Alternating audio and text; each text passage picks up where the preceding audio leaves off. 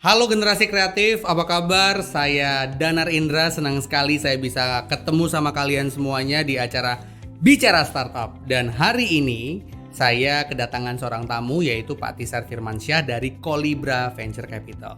Nah teman-teman semuanya, hari ini kita akan ngobrol banyak seputar dunia startup.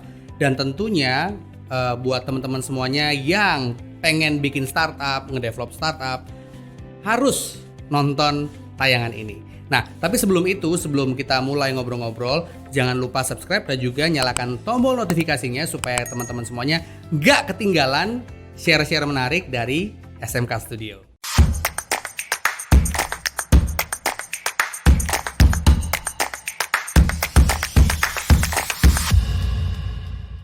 Oke, Pak Tisar, apa kabar? Baik. Kelihatan fresh banget nih kayak hari ini. Ya, semoga deh. Terima kasih. Pak Tisar, kemarin di episode kemarin kan kita sudah ngomongin tentang riset, terus kita udah ngomongin tentang banyak hal. Nah, sekarang kita ngomongin tentang kita harus dengerin pelanggan. Ya. Nah, pertanyaan saya buat Pak Tisar, kenapa sih kita itu harus nurutin pelanggan kita?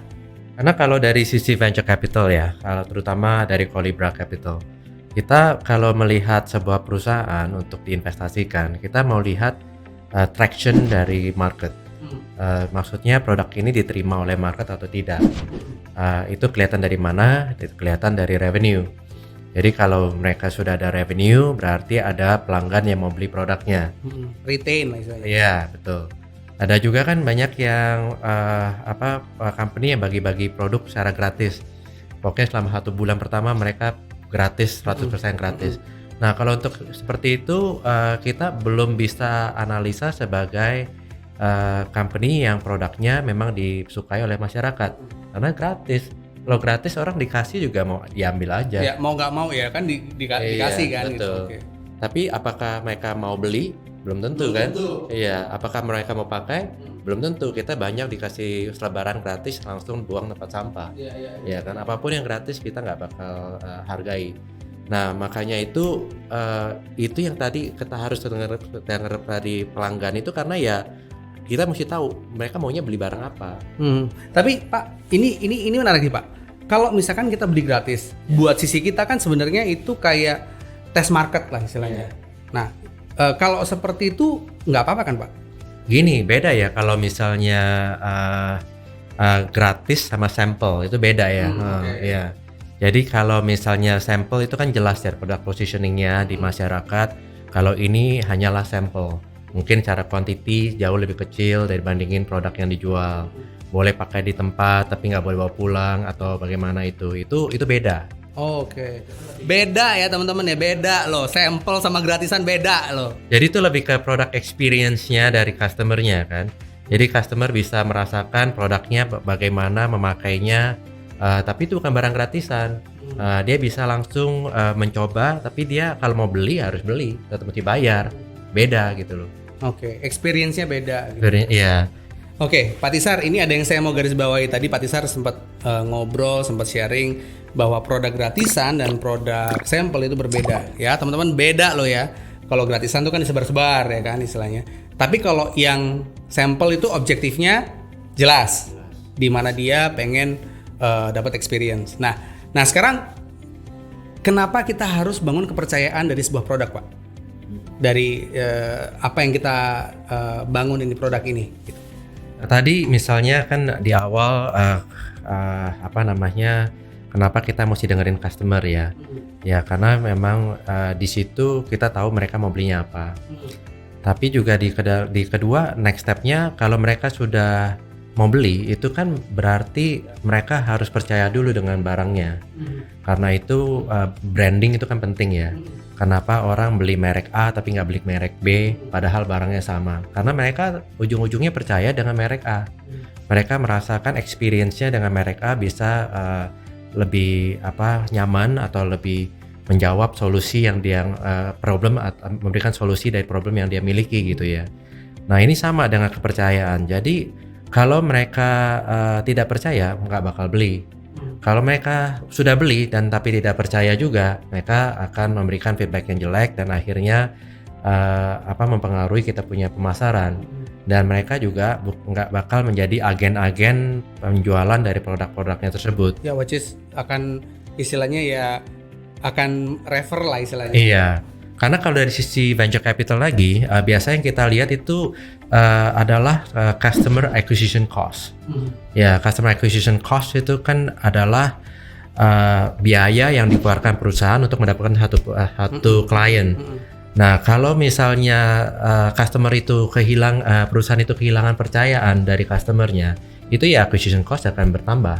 Tapi kalau customernya itu percaya dengan produk ini, tanpa disuruh pun customernya akan mempromosikan produk ini ke banyak orang Tanpa harus pakai biaya marketing yang berlebihan gitu ya. betul. Jadinya dari sisi investasi ini kan menarik gitu loh, karena mungkin dengan spend Rp1.000 bisa menghasilkan revenue 1 juta rupiah. Itu menjadikan suatu hal yang menarik. Makanya itu kepercayaan itu sangat amat penting. Pak, ini ada yang menarik. Tadi Bapak kan bilang bahwa CAC dipikirin sama venture capital dan ada banyak faktor lah yang mempengaruhi kenapa produk ini harus dipercaya, karena venture capital ngelihatnya juga dari kacamata itu gitu. Nah, pertanyaan saya, kenapa kita sebagai startup di produk kita harus jujur? Karena banyak sekali startup yang ketika dia mengkomunikasikan dia punya produk itu berlebihan. Seolah-olah produknya itu ya memang prinsipnya kan harus perfect kan Pak. Tapi kenapa kita harus jujur sama konsumen Pak? Iya.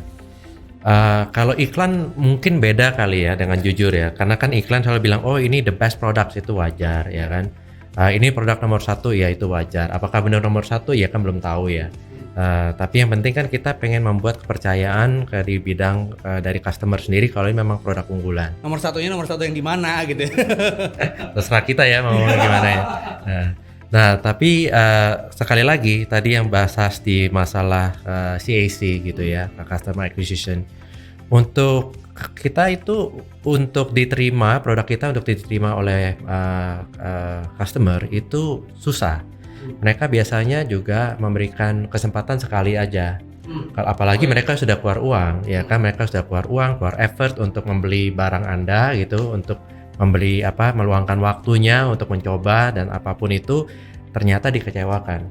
Ya biasanya mereka tidak ada kesempatan kedua. Apalagi zaman sekarang ini kan zamannya serba viral ya, serba gampang. Orang tinggal ngomong di Instagram live, suka dikit langsung di ini gitu ya. Iya, langsung viral kemana-mana. Itu efeknya jadi bisa negatif dari kita punya marketing gitu. Tergantung. Nah, tapi memang apakah itu the end of the world ya belum tentu juga ya. Nah itu yang pentingnya kita untuk menjaga komunikasi kita dengan mereka juga. Kalau sampai kepercayaan itu hilang, yang kita merasa sudah jujur tapi ternyata pasti kan ada juga yang kendala-kendala yang terjadi di komunikasinya. Nah ini kita bisa perbaiki dan asal kita bisa bertindak cepat. Dan dalam begitu jadi dari sisi customer kelihatan kalau perusahaan ini memang benar-benar jujur, benar-benar peduli dengan customernya, bukan sekedar mau jualan barang aja. Dan dari sisi investor juga kita juga penting, karena pas lagi kita melihat dari mereka itu juga kita akan tanyakan tentang produknya, tentang mereka punya bisnis strategi. Sama ke investor kan sama aja juga jualan, kita juga customernya gitu kan.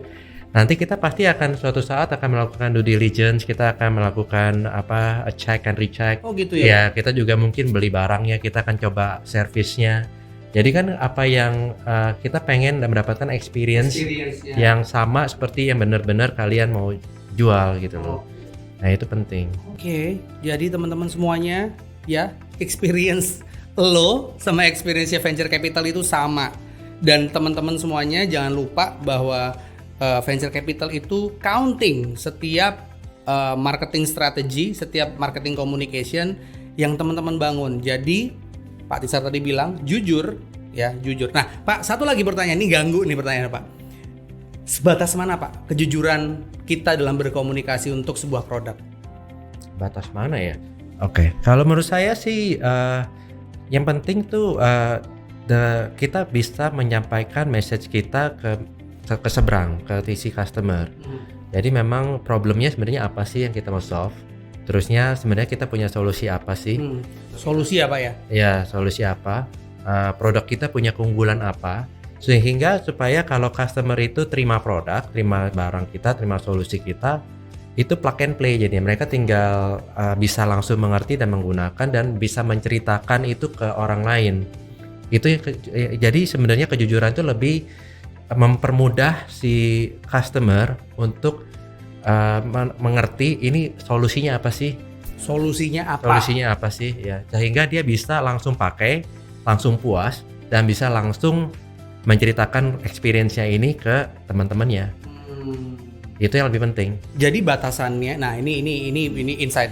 Jadi batasan kejujuran dari sebuah produk itu adalah menjawab solusi atau tidak. Solusinya yang dikomunikasikan, bukan wah produk gua nomor satu di desa mana gitu kan. Kita nggak ngerti gitu. Oke Pak Cesar, thank you banget buat topik ini. Topik ini sangat menarik dan kita berharap teman-teman semuanya, para pelaku startup juga bisa belajar dari topik ini dan kita ketemu lagi di topik selanjutnya.